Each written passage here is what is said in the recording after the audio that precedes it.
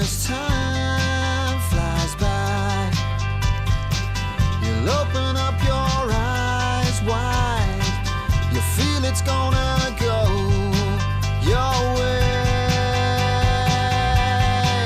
Hey, hey, it's a brand new day. Hey, hey, hey, it's a brand. Welcome back to Marbella Now. My name is Nicole King, and I'm delighted to start off the show today with our CIT Marbella Guest of the Week, and it's the Atalaya International School. Now, Atalaya International School are members of CIT Marbella, which is a business networking association. All the local hotels are part of the association, so many businesses, even schools, because it's a great way to stay connected, supporting businesses, hashtag better together, but also to find out what's going on in other areas that normally you wouldn't find out about. So, love schools, love kids, and I'm sure I'm going to love Andrew, because you've got a very happy, welcoming, nice face. So, nice to meet you, teacher. Is it Mr. Andrew? Or Mr. Andrew, yeah. Mr. Andrew. It's a pleasure to be here. Thank you very much. Well, thank you for coming. Mr. Andrew, what's it like now back at school after COVID? Imagine the kids have gone through, and yourself, a big transformation. It's been a very incredible year. I mean, at the start of the school year, we had no idea how any of it was going to go. I think, at least in Spain, most people thought that we would reopen schools for a month, and after a month, they were going to be closed down again. But what we've learned is that kids are really resilient, and they adapt to any kind of circumstances, and to be honest with you, they are a great example to adults, because you tell them, look, you have to wear your mask, you need to keep social distance, you need to put gel on your hands, and they adapt and they follow the rules, and great. I mean, we've been able to do the full school year, having to wear masks, but it's been great. Yeah. The teachers adapting, I think, to online and the difference during COVID. How did Atalaya deal with that transition period when there wasn't school and it was all chaos? Well, it was a little bit chaos. Like the week before events started happening, they got us together in the big hall, and they said to us, look, we think they're going to close the schools down, and we're going to have to adapt. And they taught us the tools. We're a Google certified school. We used their suite of tools. So they said, look, you're going to have to learn how to use Classroom. You're going to have to learn Google Meet. All the lessons are going to be online. And the last 3 months of the school year, last year, we did it online. So this year, when we went back, it was a lot easier to transition into a mixed model, because what would happen is all of a sudden we'd have a positive case in one class, and maybe 5 students that are close contact would have to be quarantined. So we were doing present in the classes, online classes with kids at home, kids in the class, parents watching as well. So it's been a bit of a tough year, but at least it helped us the end of the school year last year to this year adapt. One of the things I found surprising during lockdown, I carried on my show via Zoom. Yeah. And I thought it was going to be very impersonal. And in fact, it was very personal. And I even had a chance to chat to people that normally would rush in, sit down, rush off again. Did you find that with the children also, that it actually was an opportunity that we would never have expected in other ways? Yeah, definitely. I mean, I think I know, last year I had nearly 200 different students.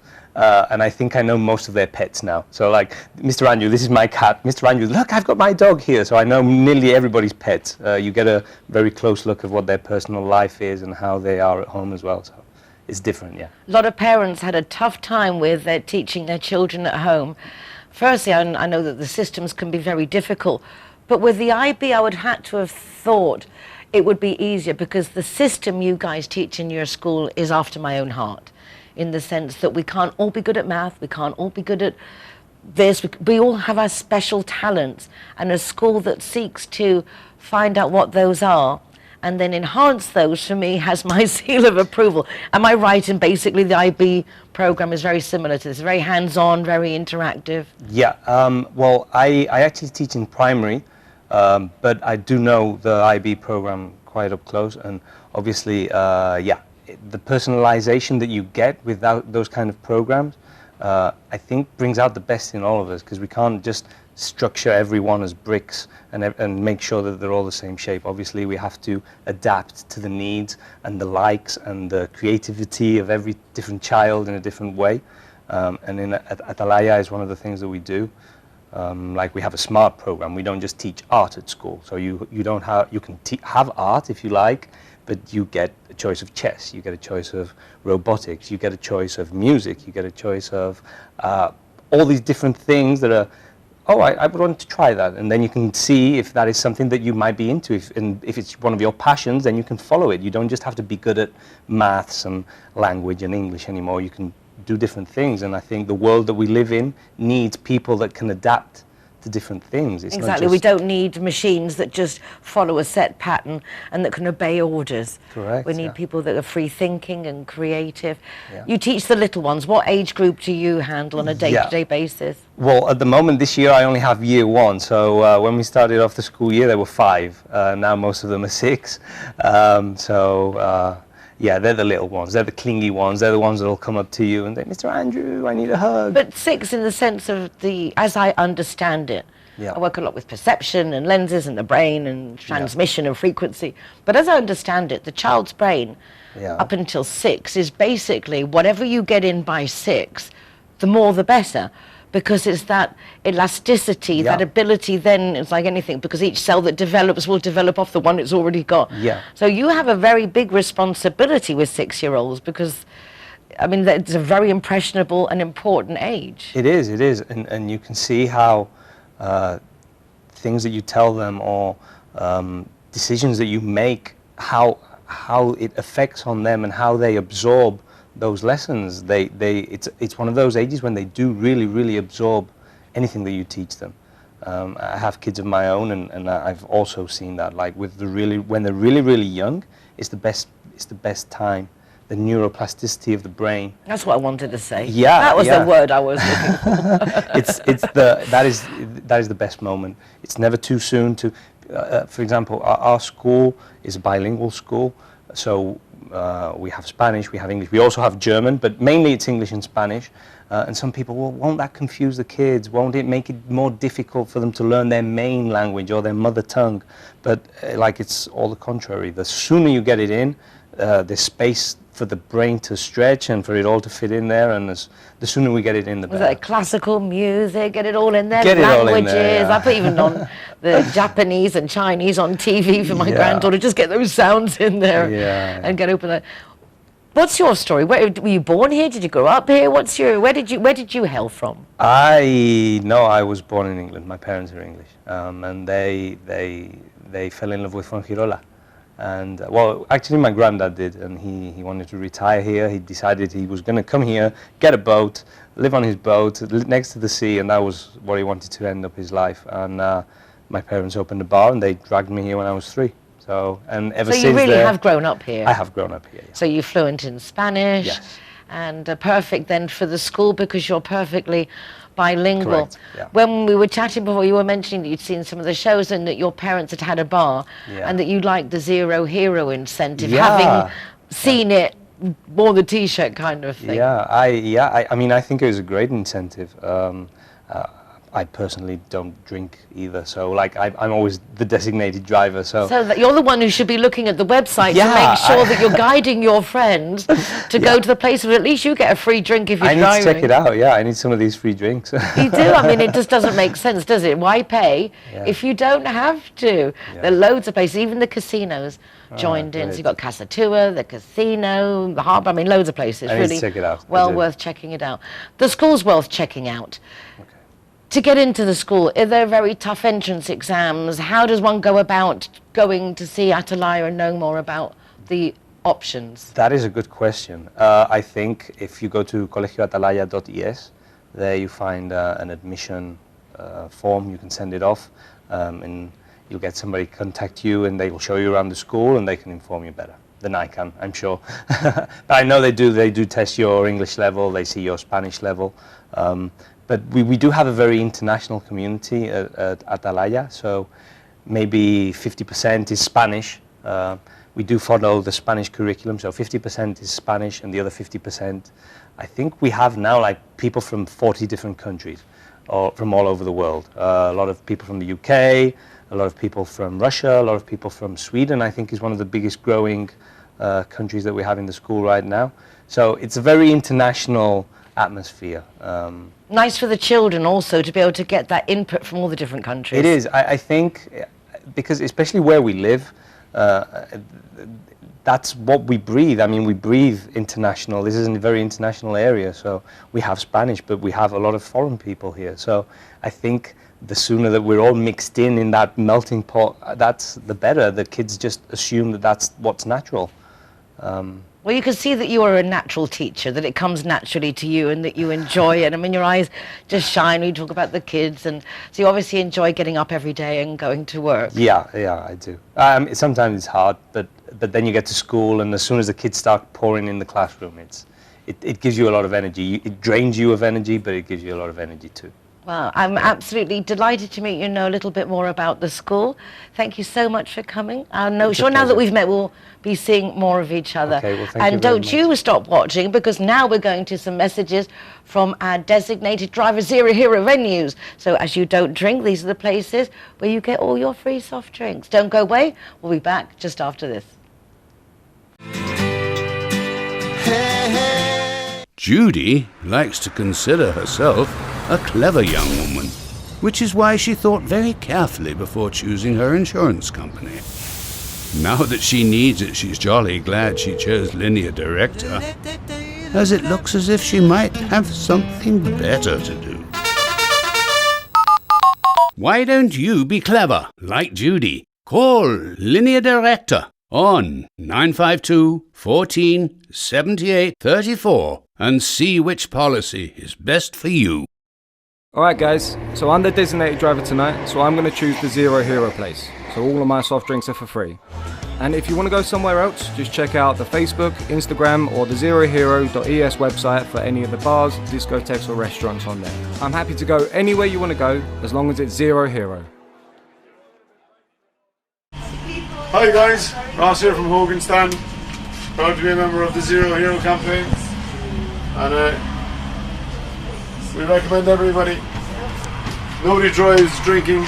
Everybody who drives a car doesn't have any alcohol in their system, and we're proud to sponsor the Zero Hero program.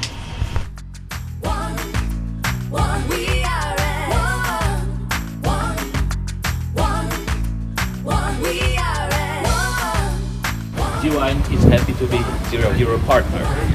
How cool is that? GWine. Clara are proud to present Zero the Hero. Never drink and drive. McNulty's is proud to be a Zero Hero partner.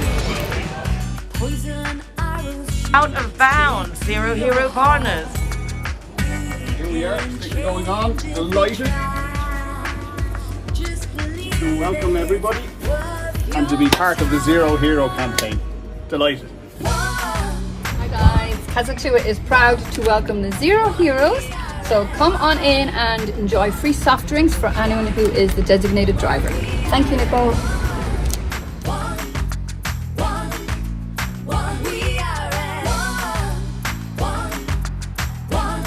Everyone that comes and wants to join our Zero Hero Association, they will have free non-alcoholic drinks at our venue at any time.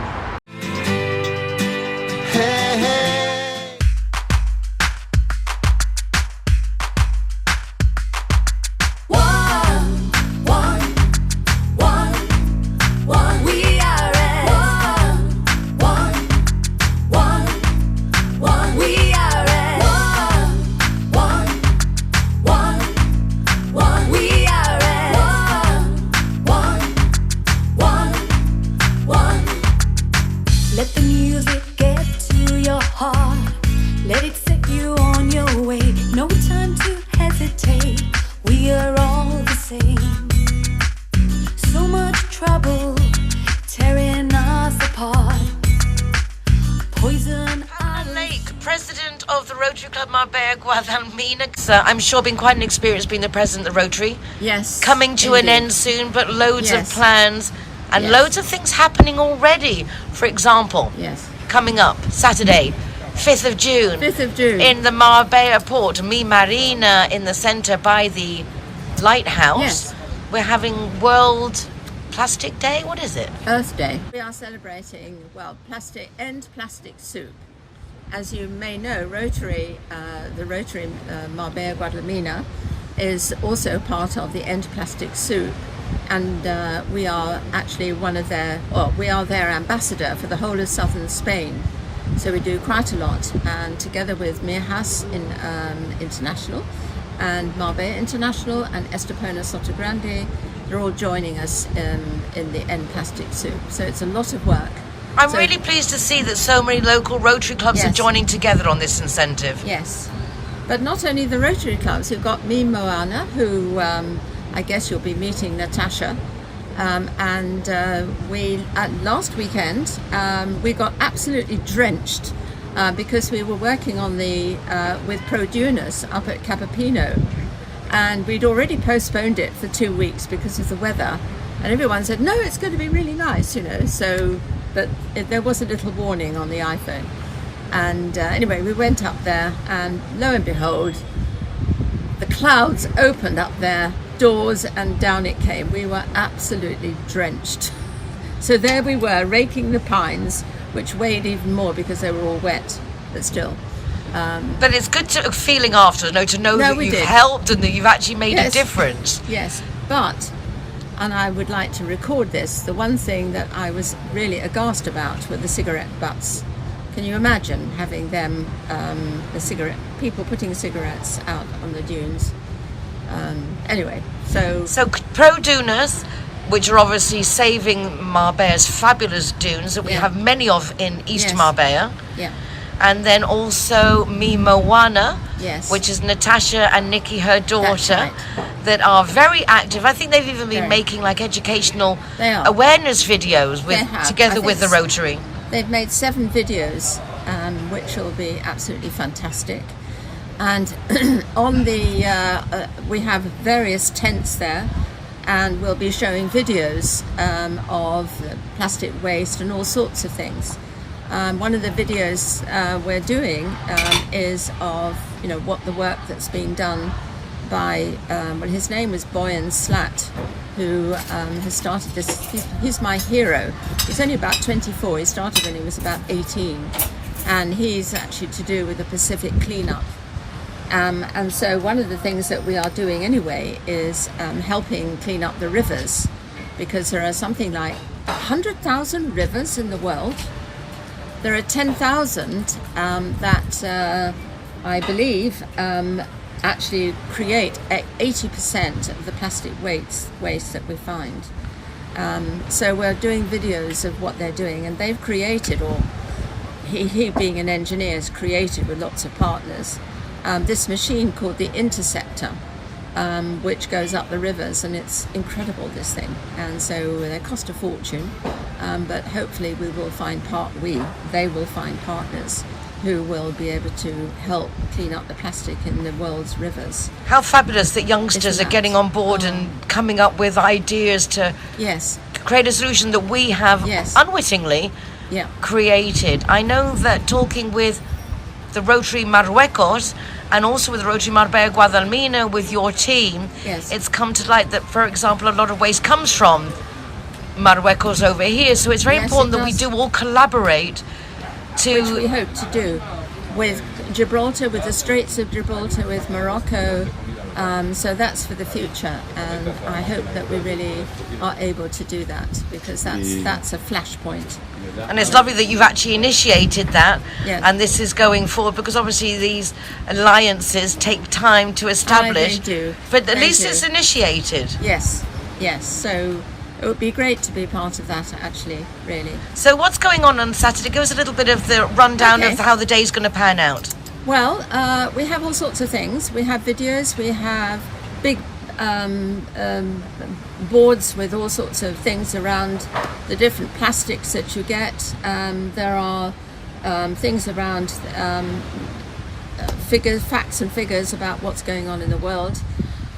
We have a children's corner, So like last year, we have a huge roll of paper that goes down into the sea, which is on the patio, and lots of crayons, and the kids will be there.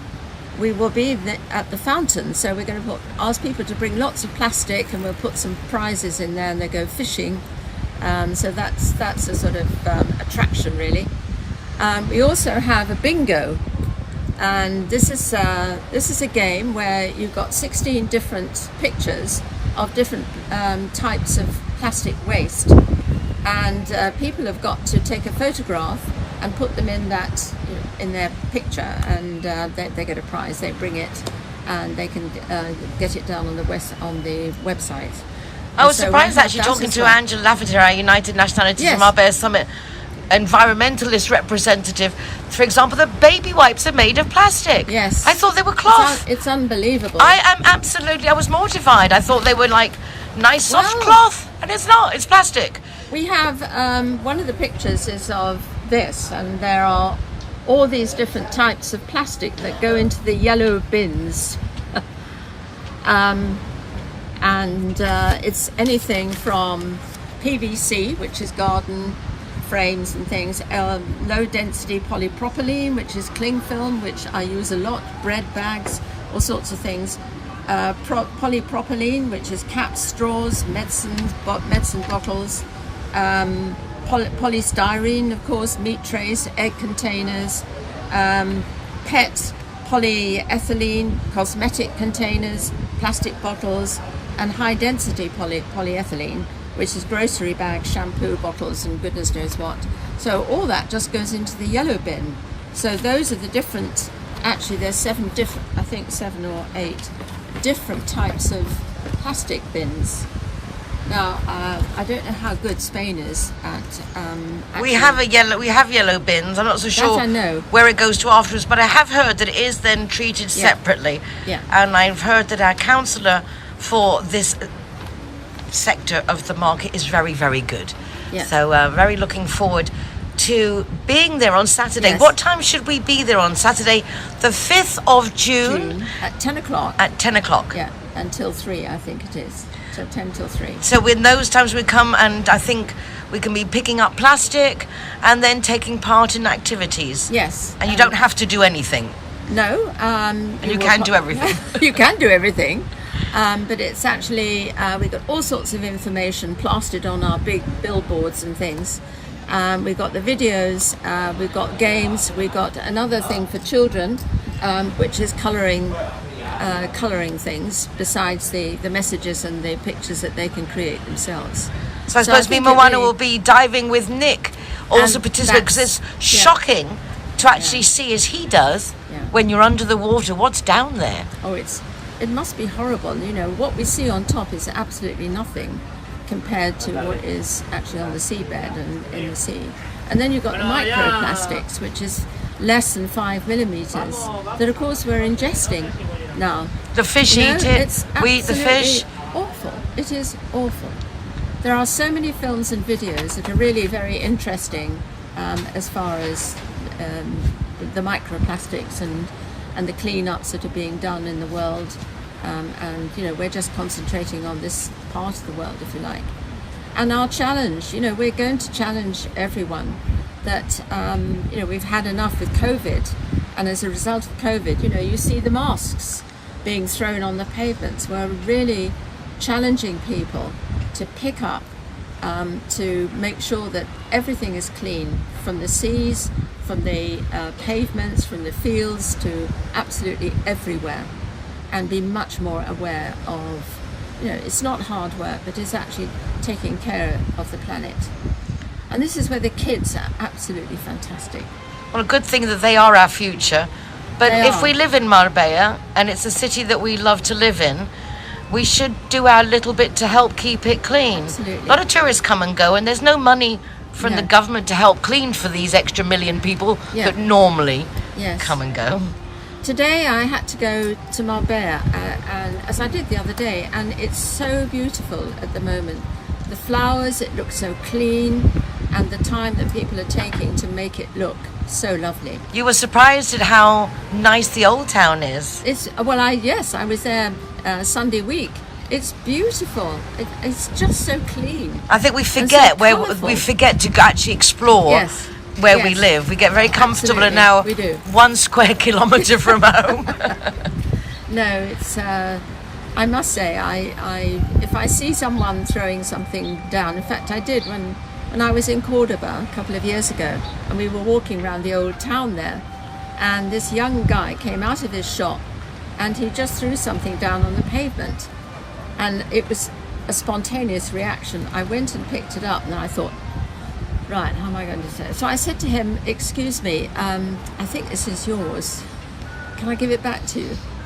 And for a second he hesitated, and then he said, yes, of course, thank you. I hadn't realised I dropped it. Right, well, something like that. And that is our wonderful Pamela Lake, and that's why she makes such an amazing president and leader. Pamela, thank you so much. I will look forward to seeing you all on Saturday, 5th of June, Yes, as love of to 10 see you. a.m. in the Marbella Marina, heart of town by the lighthouse. Yes. Thank you. Thank you. Thank you again.